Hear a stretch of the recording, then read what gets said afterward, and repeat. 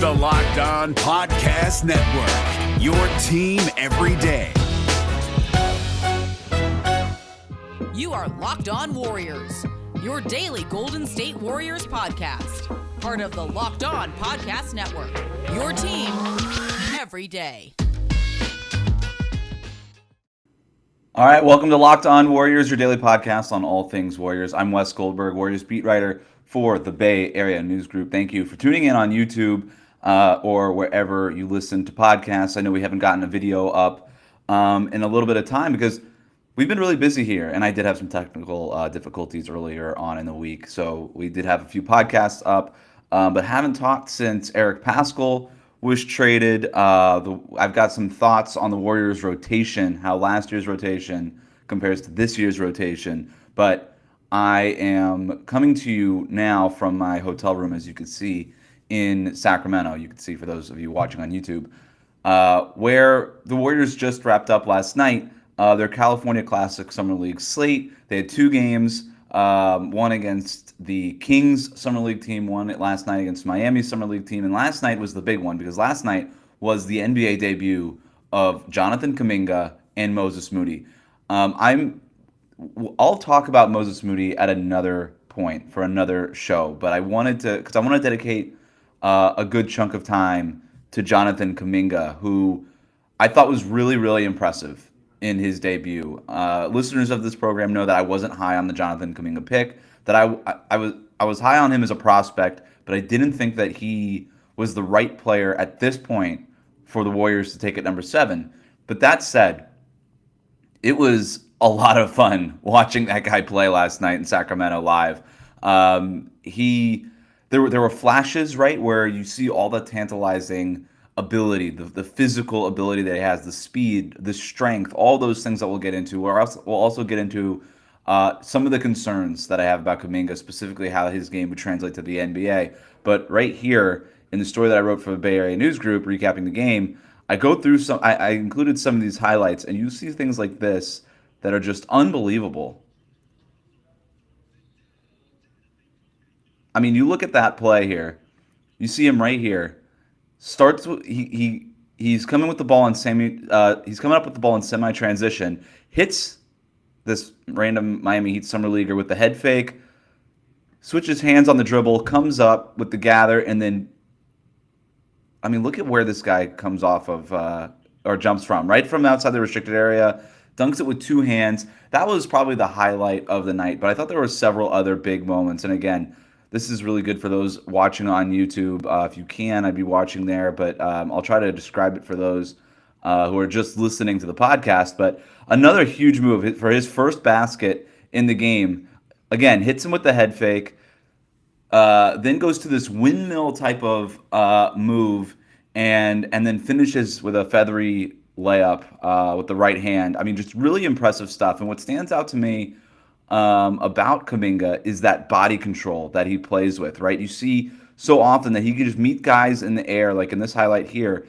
He's able to meet a player in the air, draw contact right to the middle of his body, and push this guy on the Miami Heat. Again, random summer leaguer, but I looked him up. He's 6'10", big body, and Kuminga launches from about 10 feet away, makes contact with him right outside the restricted area, and just pushes him into the restricted area in midair. All while while doing this, Kuminga is able to maintain ball control, body control, and then finish with a really tough layup. So this is like the X factor, right? This is why Kuminga was a sought-after type of prospect. He did slide down draft boards because he had a really tough pre-draft process. Talking with more people up here at Summer League about his pre-draft process, it sounds like he was getting a lot of advice from the people around him saying, shut down these interviews, flake on these interviews, and people just really couldn't get a good hold of exactly what it was that Jonathan Kuminga wanted or was, right? Like he had a really weird pre-draft process, and I think that's partly why he fell down draft boards. Now, there's a lot of things that are really raw about Kuminga's game, a lot of concerns that I'll touch on,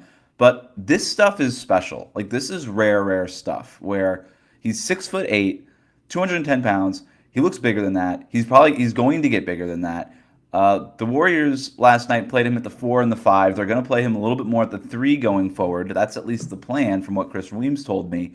But he's got that body, that profile, the physical profile to play all those positions. But that again, that physical body control. I think of like early LeBron James, early Russell Westbrook, early Dwayne Wade. These guys who played above the rim earlier in their careers, but just had this great core control, body control, where they could finish through contact. I spoke with somebody who worked with the Warriors last night. He mentioned Kawhi Leonard as a physical type of comparison. Not saying Kuminga is going to be Kawhi Leonard, even though I think he has that kind of special potential. We'll see. A lot of the other things got to round out in his game, but this is kind of what we're talking about. And if it hits, if this works for the Warriors, then they've got themselves like that apex predator type wing that championship teams are built around, right? And this could end up working out. Now there are concerns, right? Like were times, especially early, but throughout that game, where Kuminga would grab the ball, kind of start a play with an idea of what he wanted to do. He likes to play in transition and semi-transition, and then he would kind of hit him with that head fake. It seems like that head fake is one of his go-to moves. He would hit him with the head fake, drive to the basket, and then be sort of unsure of what to do. And then he would just sort of toss the ball out of bounds, maybe trying to kick out or something like that.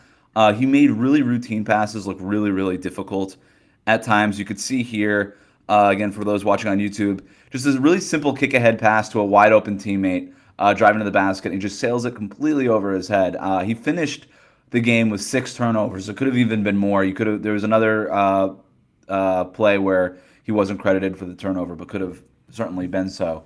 And 0 assists. Didn't have a single assist in the game, despite how much he had the ball in his hands. I mean, the Warriors Summer League team and Chris Weems, and by the way, Bob Myers was at the game sitting courtside, saw him a little bit after the game, but they wanted to see Kuminga in action, and they gave him the ball in a lot of different situations. I think the first thing was like a double handoff that got Kuminga the ball. They tried to post him up some early on.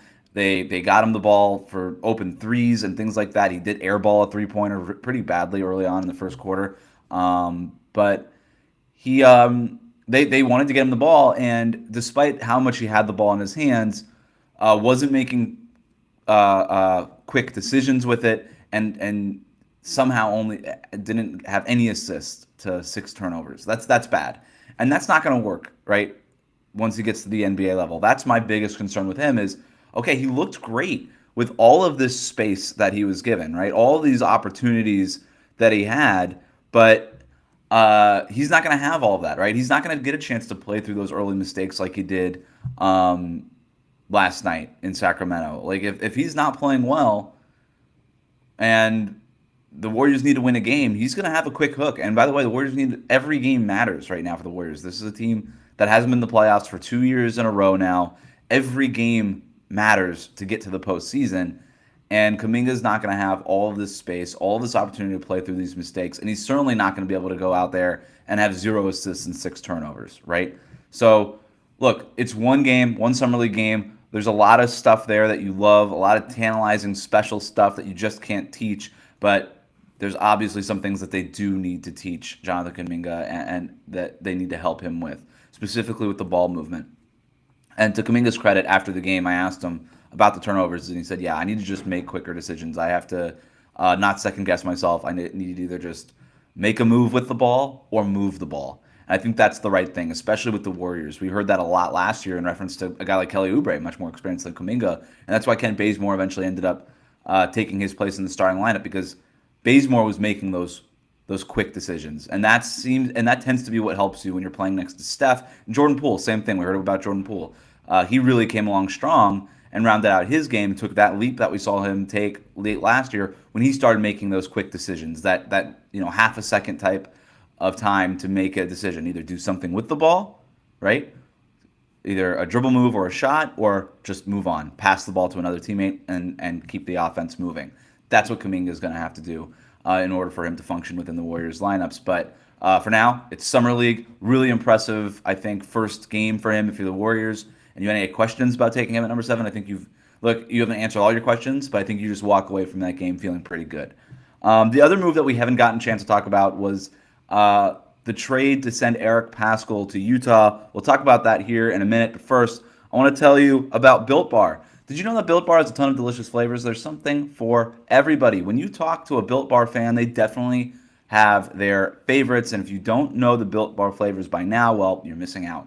They have coconut, cherry barcia, raspberry, mint brownie, double chocolate. They have salted caramel, strawberry, orange. They have cookies and cream. They have German chocolate. My personal favorite is any of the fruit flavored ones. It's a really great, like, kind of winning formula, fruit covered in chocolate. I've been really into the cherry barcia recently, raspberry, orange. Those are my go-tos pretty often. And if you haven't tried all of the flavors, you can get a mixed box where you're going to get 2 each of 9 flavors so that you'll end up having your own favorite Built Bar. Not only Built Bar flavors the best tasting protein bars around, but they're healthy too. Just check out these macros: 17 to 18 grams of protein, calories ranging from 130 to 180, only 4 to 5 grams of sugar, only 4 to 5 grams of net carbs. This is something that tastes great, fits with every diet. It's a great pick-me-up. It's a great go-to. You throw it in your backpack when you're out and about, maybe at your work, finishing a workout. Amazing flavors, all tasty, all healthy. So go to Built.com, use that promo code LOCKED15, and you'll get 15% off on your next order. Again, use the promo code LOCKED15 for 15% off at Built.com.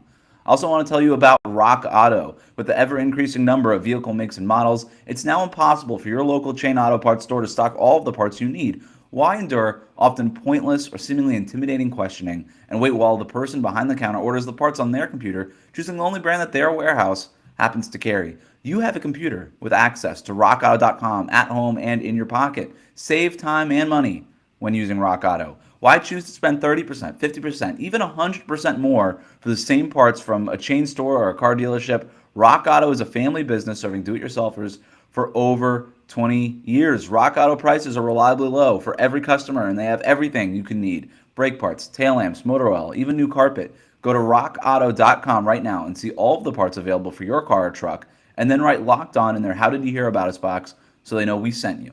Amazing selection, reliably low prices, all the parts your car will ever need. rockauto.com.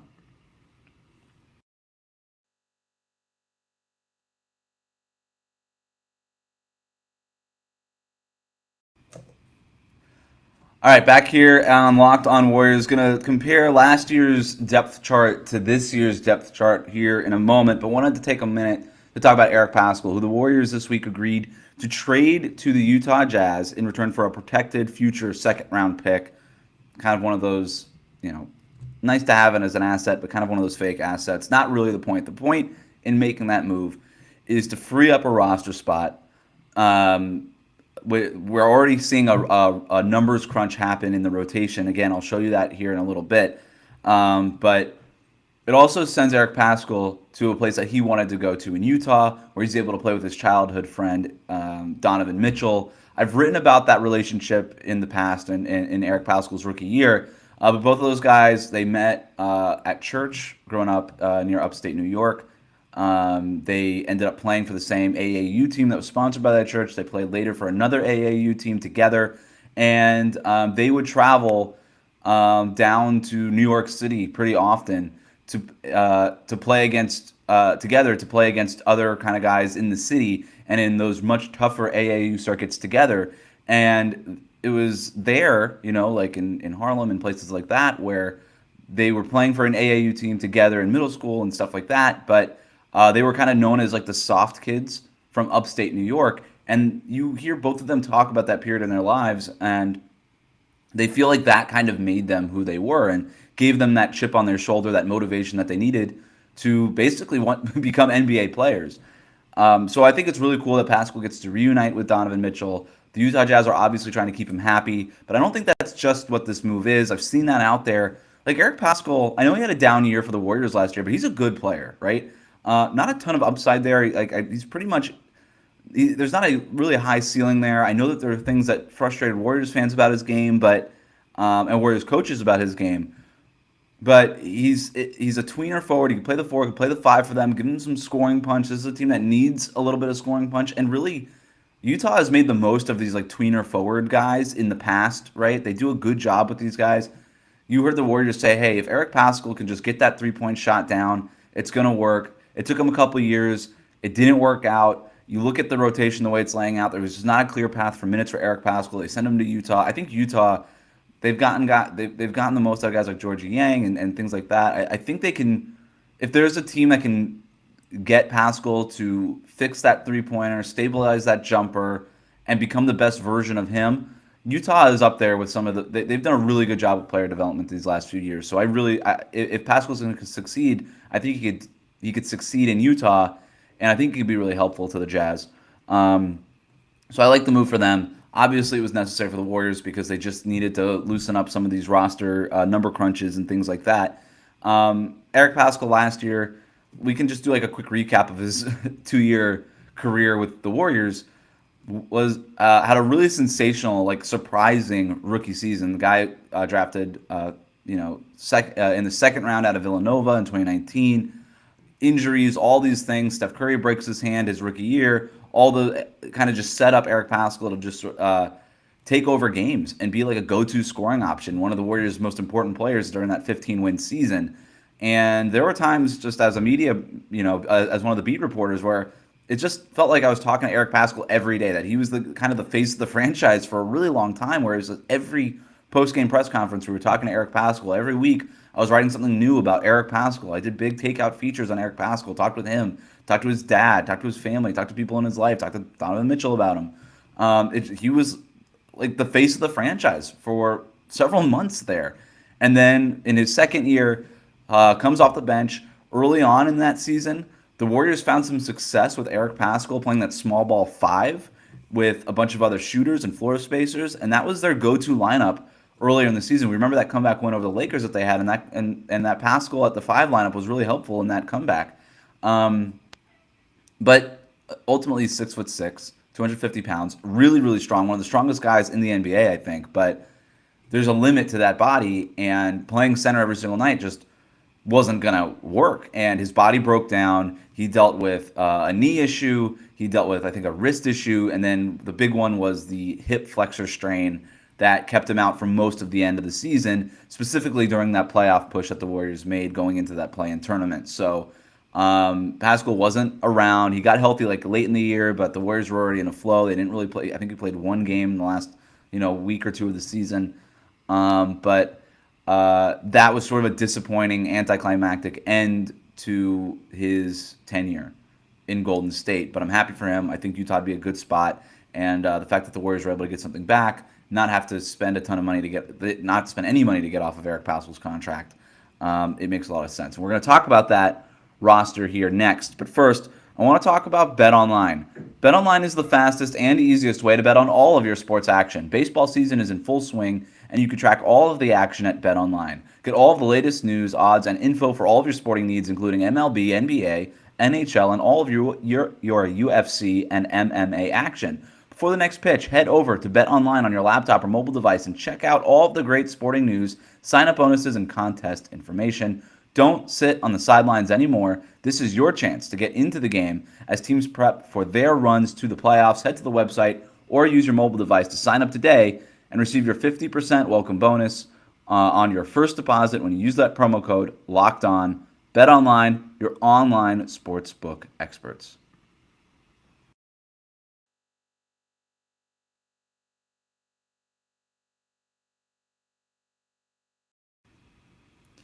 All right, back here with Locked On Warriors. I want to take a moment now to sort of break down the Warriors rotation. So if you're watching this on YouTube, I've laid out a depth chart here that you could see breaking down exactly the differences between the 2020-2021 Warriors and the 2021-2022 Warriors depth chart. And so you see the big difference. So at point guard, obviously you're going to have Steph Curry. Everything's built around him. But you compare that starting lineup at the end of last year: Steph, Kent Bazemore, Andrew Wiggins, Draymond Green, Kevon Looney. By the end of the year, it was really only Jordan Poole, Michael Mulder, and Juan Toscano-Anderson that were in that closing lineup or in that rotation, that 8-man rotation for them. Eric Paschall was dealing with injuries. James Wiseman had the MCL thing. Kelly Oubre was dealing with the wrist thing. Damian Lee was out with the coronavirus stuff that happened. They did have guys like Gary Payton, Jordan Bell, Nico Mannion available, but they weren't, part of the regular rotation. They kind of settled in on those 8 guys. And obviously Klay Thompson was hurt for the season with the Achilles tear. Now you look at what this Warriors rotation is going to be, and what stands out to me is just how much you can kind of see here, how many more options they have at the wing position, right, on the perimeter. There are just so many more options, and we can even put Juan Toscano-Anderson into that mix. But we know Steph, we know Klay Thompson. Bring back that Splash Brothers backcourt. That's going to be huge. And ultimately, I do think that the Warriors' success this season, we talk a lot about free agency and all these things, but what Klay Thompson looks like, if he's healthy and he's close to what he was before he got hurt, then I think the sky's the limit on this team. But if he's anything less than that, I don't know what to make of this roster yet. They're probably still a playoff team, but I don't really know what to make of that, of their real chances in the Western Conference. But again, you look at this wing group: Klay Thompson, Moses Moody, Damian Lee, Michael Mulder, Andrew Wiggins, Otto Porter Jr., Jonathan Kuminga, and like I said, we could throw Juan Toscano-Anderson in there as well. Jordan Poole is a part of that. They have a lot of options. And by the way, right now, Gary Payton II and Nico Mannion are still on the roster. We'll see. I think one of them is going to end up sticking. Maybe Mannion comes back on a two-way. Gary Payton, because of his years of service in the NBA, can't sign a two-way contract. I would assume that he's probably not long for the Warriors here, but a really promising Summer League could help him. He is on the Summer League roster. So, again, there's going to be, by trading Paschall, they have, if you include Nico Mannion, who they did extend a qualifying offer to, they have 16 guys on the roster. Again, if Nico Mannion does come back, they can. That's okay for training camp, right? They can carry up to, I think, 20 guys in training camp. But then they have to get down to 15 players by opening night. But a guy like Nico Mannion could end up just re-signing, if he doesn't get an offer somewhere else, back to a two-way. And like I said, Gary Payton just can't. So, but there's a way to keep both of them if the Warriors are really, happy with them. But by trading Eric Paschall, it also opens up the opportunity to maybe go use a minimum contract on another guy. They can go out and sign another veteran point guard. Maybe it's a Frank Ntilikina, Elfrid Payton, Dennis Smith Jr. I've heard the name Lou Williams tossed around. Maybe. I don't think it's a great fit. Lou Williams is really just a pick and roll type of player. The Warriors, as we know famously, do not run a lot of pick and roll. So I don't know that Lou Williams is a great fit there. But they have options, and they might make an addition here. What I don't expect them to use is the mid-level exception, that $5.9 million taxpayer MLE. It's just going to be really expensive for the Warriors. We've heard Bob Myers say that his limit is probably $400 million for this, the ultimate salary and luxury tax bill for this roster. And by using that $5.9 million mid-level, if they use the full allotment, that could cost them upwards of $45 million, right, in luxury taxes when you consider all the luxury tax implications. So you go tell Joe Lacob that you're paying $45 million for Elfrid Payton or something like that. Good luck. So I don't expect them to use that full $5.9 million unless somebody gets bought out and it's an obvious difference maker, a guy who really moves the needle in the direction of, hey, now our championship chances are much better because we just signed this player. But if that player doesn't come in, look, they wanted Patty Mills. They would have used the MLE on him. They wanted Nick Batum. They would have used the MLE on him. But those guys went elsewhere, and now the Warriors are sitting here. I do like the Otto Porter addition. I like the Bjelica addition, especially if they can stay, well, only if they can stay healthy. That's why they were available on the minimum. But if they can stay healthy, those guys should help round out the rotation quite nicely. But you look, again, between last year where they were hobbled at the end, playing basically just 8 guys, versus this coming year, and obviously everybody's healthy, including not Wiseman yet. I talked to him a little bit after the game. He said he's doing really well. He was there. He was here in Sacramento. They expect him to hopefully be ready by training camp. But you just look again at the middle of this lineup. You look at the wings here that they have, these guys on the perimeter, and there's just so many more guys available, right? There's just way more options there on the perimeter. And that's ultimately what the Warriors need, is just lineup flexibility, chances. You have proven guys like Otto Porter, Damian Lee, Jordan Poole to a certain degree, obviously the starters, and Steph, Klay, and Andrew Wiggins, Juan Toscano-Anderson, who's versatile, and then you've got those young options too. Moses Moody at 6'6", 7'1" wingspan, can make three-pointers, I think, right away. Jonathan Kuminga, who we talked about at the top of the episode, with a really impressive first debut in Summer League. So they've got options here, right? They definitely have options here, and that's going to be key when Steve Kerr is running out there and trying to form these lineups and trying to do things like that. You want options over the course of regular season, and that's what the Warriors did so far this offseason. But that'll do it for us today. Thank you to everybody who watched on YouTube or listened on Apple Podcasts, Spotify, or wherever you get your podcasts. We'll have another episode for you later this week. So make sure to subscribe and follow wherever it is that you listen to your podcasts, or on YouTube, of course, for the visual aspect as well. You can reach me on Twitter at WC Goldberg, or email me at wgoldberg@bayareanewsgroup.com. Do that now. We might try to actually just do an end of the week mailbag. That could actually be pretty fun. So let's plan for that. Maybe a Friday mailbag. So get in your questions now. But for now, that'll do it for us today. Thanks for following along. See you here tomorrow.